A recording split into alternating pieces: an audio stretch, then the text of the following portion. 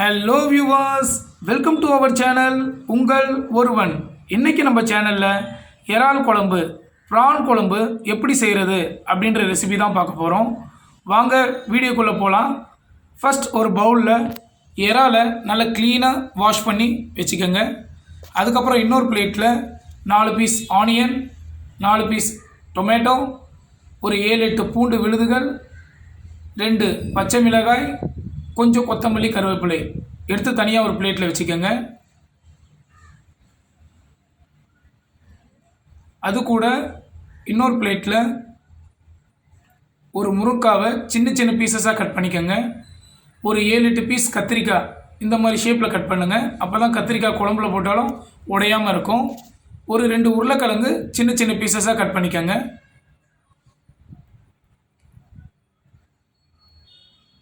ஒரு கடாயில் கொஞ்சமாக எண்ணெயை ஊற்றிக்கோங்க. எண்ணெய் நல்லா காஞ்சதுக்கப்புறம் அது கூட 1 ஸ்பூன் கடுகு, 1 ஸ்பூன் வெந்தயம், 1 ஸ்பூன் சீரகம், இது மூணுத்தையும் சேர்த்து ஆட் பண்ணிக்கோங்க. அது நல்லா பொன்முருவலாக வரட்டும். அதுக்கப்புறம் நம்ம ஏற்கனவே வச்சுருந்த பூண்டு, கொத்தமல்லி, கருவேப்பிலை,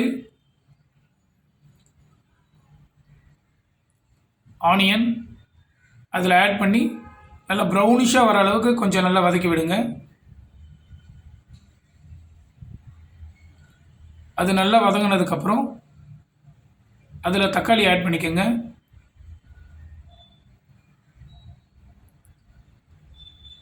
எல்லாமே சேர்ந்து மிக்ஸ் பண்ணி வதக்கி விடுங்க.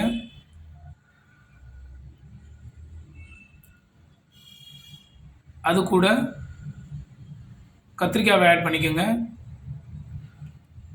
சும்மா லைட்டாக வதக்கி விடுங்க. நெக்ஸ்ட் உருளைக்கிழங்கு ஆட் பண்ணிக்கோங்க. அதையும் வதக்கி விட்டுருங்க. முருங்கைக்காய் இப்போ போட தேவையில்லை. குழம்பு நல்லா கொதி வந்ததுக்கப்புறம் போடலாம். அப்போ தான் முருங்கைக்காய் உடையாமல் நல்ல டேஸ்ட்டாக இருக்கும். இது எல்லாமே மிக்ஸ் பண்ண பிறகு சால்ட் கொஞ்சம் தேவையான அளவு போட்டுக்கோங்க. அது கூடவே வீட்டில் அரைச்ச மிளகாய் தூள் 2 ஸ்பூனும் 3 ஸ்பூனும் காரத்துக்கு ஏற்ற மாதிரி, 1 ஸ்பூன் தனி மிளகாய் தூள், கொஞ்சம் மஞ்சத்தூள் அப்ளை பண்ணிக்கலாம்.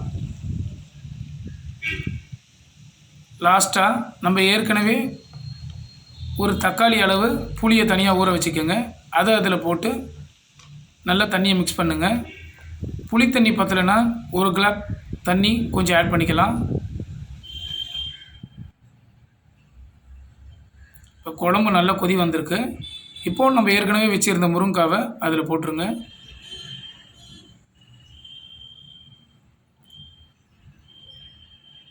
குழம்பு தனியாக கொதி வரட்டும். இன்னொரு பக்கம் ஒரு சின்ன கடாயை வச்சுருங்க. அதில் கொஞ்சமாக எண்ணெயை ஊற்றிடுங்க. அதில் நம்ம க்ளீன் பண்ணி வச்சுருந்த இறாலை அதில் போட்டு வதக்குங்க.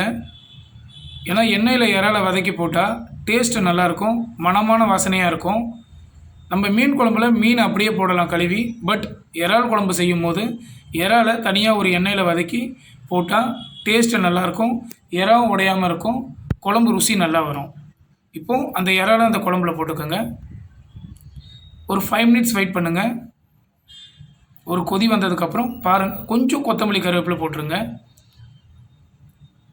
பாருங்கள், சூப்பரான இறா குழம்பு ரெடிங்க. நல்ல வாசனையாக இருக்குது, டேஸ்ட்டும் நல்லா சூப்பராக இருக்குது. இந்த ரெசிபி உங்களுக்கு பிடிச்சிருந்தா கண்டிப்பாக உங்கள் வீட்டில் ட்ரை பண்ணுங்கள். டேஸ்ட் எப்படி இருக்குன்ட்டு கமெண்ட் பண்ணுங்கள். மறக்காமல் நம்ம சேனலை சப்ஸ்கிரைப் பண்ணுங்கள், லைக் பண்ணுங்கள். தேங்க்ஸ் ஃபார் வாட்சிங்.